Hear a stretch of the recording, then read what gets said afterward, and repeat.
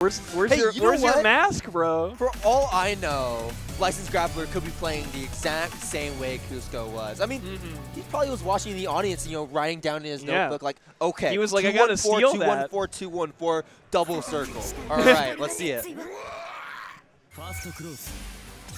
This is going to be a tougher matchup for Waldstein. It feels like every kind of like range he wants to play at, Orie is going to be a little bit more threatening and does not really have anything to deal with Thanatos super well, but it doesn't matter. This is a grappler with an air dash, folks.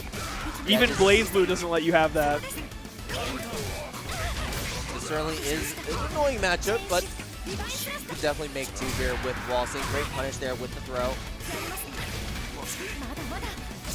Pressure up. We're seeing why having Assault on a grappler makes it so difficult to kind of stop their approach in. Of the shield, and that will just barely win us the cycle. You can see that Snover at the very end there was trying their best to get the cycle with the Assault, but couldn't find it. This grid break is going to be very auspicious for Snover. Overhead not connecting is fine when you find the follow-up hit. Body splash. DP is going to go right through, but you get no conversion off that DP, so it's only damage here. And not even a favorable position either. Not flinching at all at that standing overhead. Licensed Grappler finding an edge by going for throw instead. Insane that worked out. Licensed Grappler playing very reserved as well. Kind of letting Snover play however they want to play. You know, sometimes weaving in these big walling buttons here and there, but overall, not committing to a whole lot.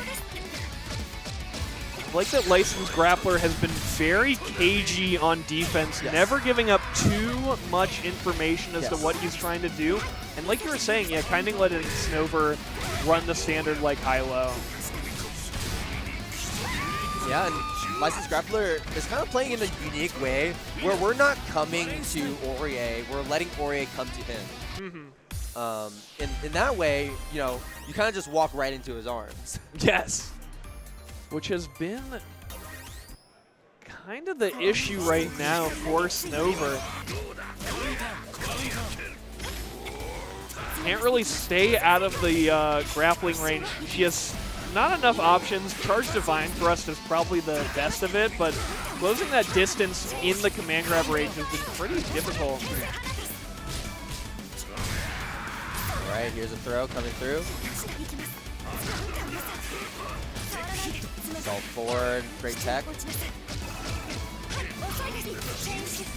we find the overhead.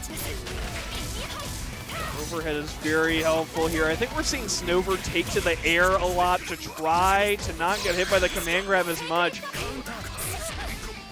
We're leaning back in our chairs, folks, at that reversal, taking devastating amounts of damage right now. Shift activation, gain the meter. Not quite gain the 100 though. And I think that's kind of what we're looking for here as Licensed Grappler. Yeah, over, under. 200 meter change shift, and there it is. And it just feels like every time Snover has established a good position, there is a grab coming in to ruin the day.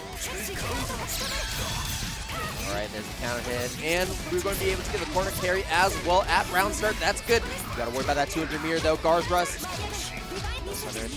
Spaced out enough. Snover wasn't really able to contest it. Finds the green shield, but look who gets the throw, not who you expected.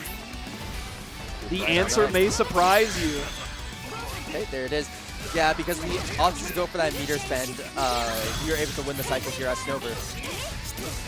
Yeah, I mean, it's all cyclical, Salte. It's like, you know, the meter you spend helps you win the cycle, and the cycle helps you get metered. The advantage state of Under Night is just so huge. So what's the point in anything? Why should I throw if my opponent can just Under Night Invert insists upon itself. Yeah, fantastic grid break there for a Licensed Grappler. I mean, come on, if you're a grappler, you got to get a grid break at some point, it feels like, right? Yeah, it's inevitable. Like, oh no!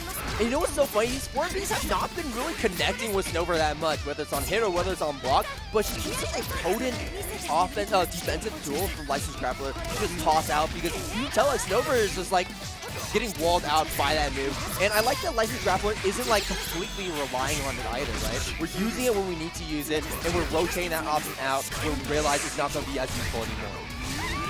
You're exactly right. The defense was so good from Licensed Grappler that set, finishing it off with the body splash through the 5B there. Played super well, and once again, both of these players will be making top 48 here, I believe. So that'll be super nice. Actually, I don't believe, I know it for sure. They're both making it top. Licensed Grappler going to be on the winner's side, of course. Snover will be on loser's side. All right, we got a Waldstein and winner's side. That's a lot to look forward to right there. That is a lot to look forward to. Is Argon in the bracket? I know that he's at the tournament. I haven't checked to see if he entered or not. Okay, because I'm like trying to think of like all the Waldsteins that could be